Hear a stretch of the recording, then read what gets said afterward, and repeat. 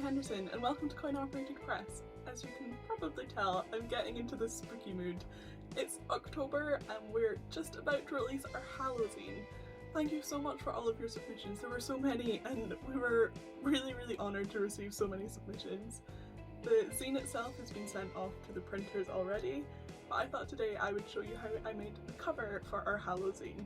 So I'm going to show you how I took my illustration, which you can see here, and turn it into a cover, which you can see here, and I will show you exactly how I took my illustration and digitized it and made it into our spooky Hallozine cover. So let's get started. The first step is to illustrate your design. I'm drawing a spooky pumpkin friend with the words Hallozine for its cut out mouth. The easiest way to do this is in black and white with simple ink, as it makes it much easier to edit, but of course this is your own design, so do whatever you want. Enjoy my little inking time lapse.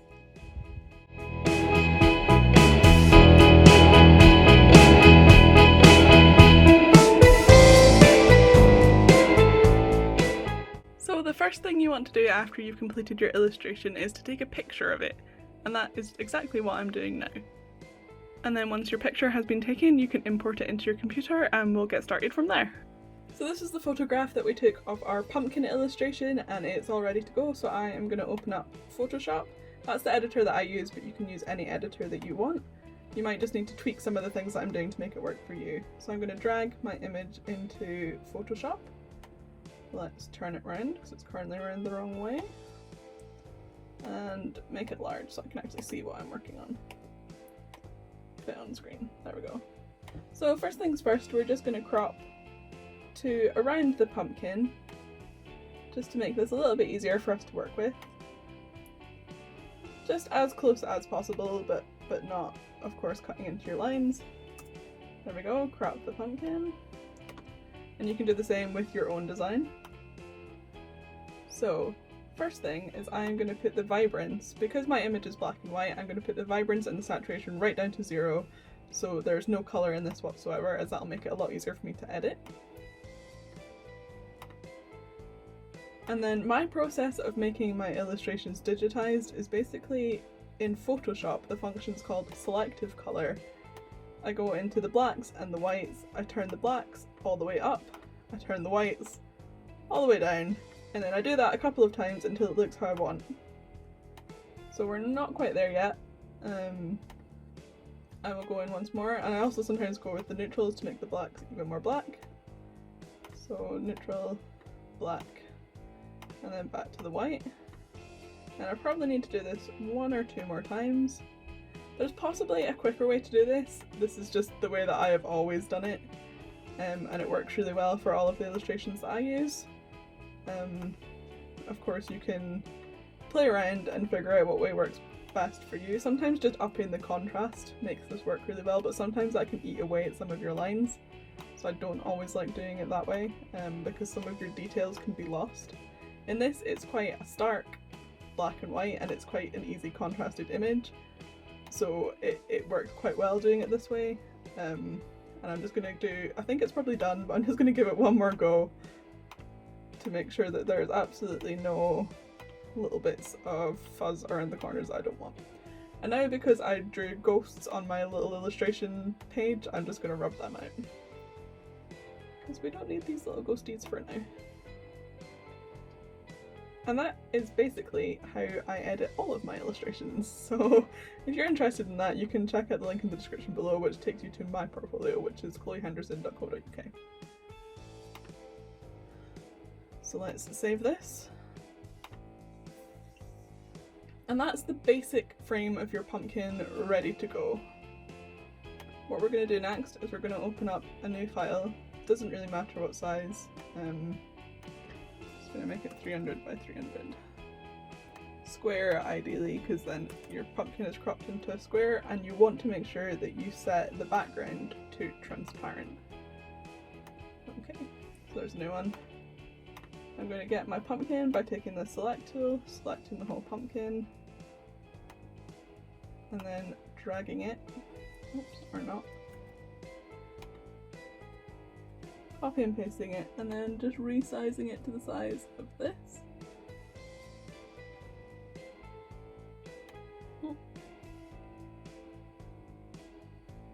There we go. And it's in there, and then we're going to get rid of the white background, which means our pumpkin will be easier to edit. So just going to select the white background with the selection tool. It selects pretty easily because it is quite a stark contrasted image, and I'm just going to delete the background. Perfect. Get rid of the selection tool. And then we're going to save it as a PNG file. Oops. Are we? Yes, we are. Let me just get all the way to the right folder that I need. Too many folders on my computer. There we go. Halloween cover. So yeah, we're saving it as a PNG file because that means your background will be transparent in any image that you use this in. Perfect. Now I'm going to get rid of both of these for now. No, I don't want to save it as a Photoshop document. Okay. File. New. This time we're going to use the international paper A4, the default size for A4 because we're making a cover and our zines are always in A5, which means the A4 format works really well. There we go, A4. Now let's drag in my pumpkin. Here we go. Now it's probably a little bit too big because we need some bleed margins for printing our zine on the side. Just make it a little bit smaller and then I'll center it to where I want it to be. That looks about right. What do we think? Oh no, almost right. Over a little bit. Perfect, that's exactly how I want it. Now I'm going to duplicate this layer. And on this layer, we are going to make it pink, because of course we need a pink pumpkin for Coin-Operated Press. So let's get in there. We're going to add in, we're going to go into layer style, blending options, and then gradient overlay.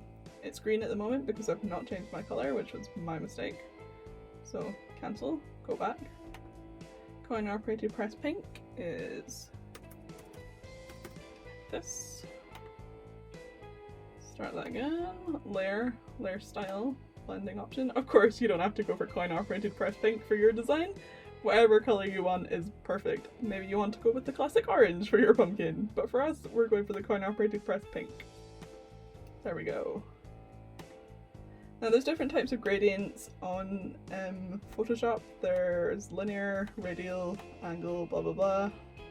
We're going with diamond because I think it looks really cool and that's what I want to go for. And you can just tweak the settings until you think you're happy with your little gradient, or you could just use it as a block color and just go for pink, in which case you can just do a color overlay, which is that, and that's just a block color that you'll get on your pumpkin or your design, whatever you choose. But we're going for gradient overlay and I quite like that. Let's just make sure that the diamond is about right. Yeah, there we go. Perfect. And then we're going to drag our other pumpkin over the top in the layers. And we are going to go into blending options again. And then you want to blend this layer to make sure there's no white in it anymore, so you can see your thing on your color underneath. So there we go. Coin-Operated Press pink pumpkin. Awesome. I love it so much. It looks so good already. But to finish off our zine, we're going to pop in a bloody background. So let's see. Let's turn it around the right way. Or just how we like the blood pattern to go, and then I'll drag it up to make sure it's big enough. That looks cool. I like the splatter in the bottom corner. Cool. Oh, and then make sure it's dragged all the way to the bottom. And that's pretty much it.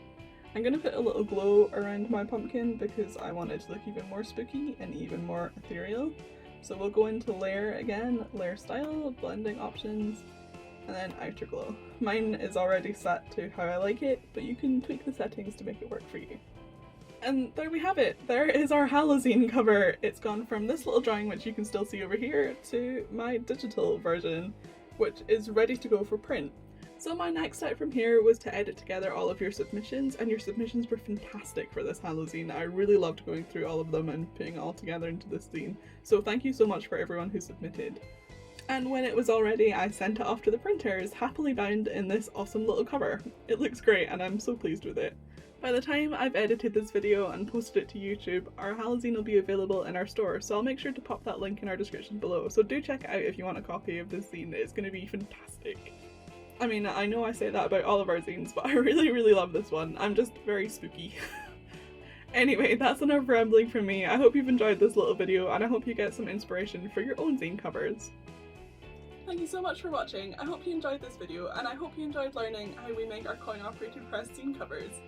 If you like the look of our Hallozine, it is listed in our store now, so you can check it out by clicking that link in our description below. And if you enjoyed this video, do hit that subscribe button, as we'll be making many more zine videos in the future. But that's all from me for today, and I'll see you in our next video. Bye!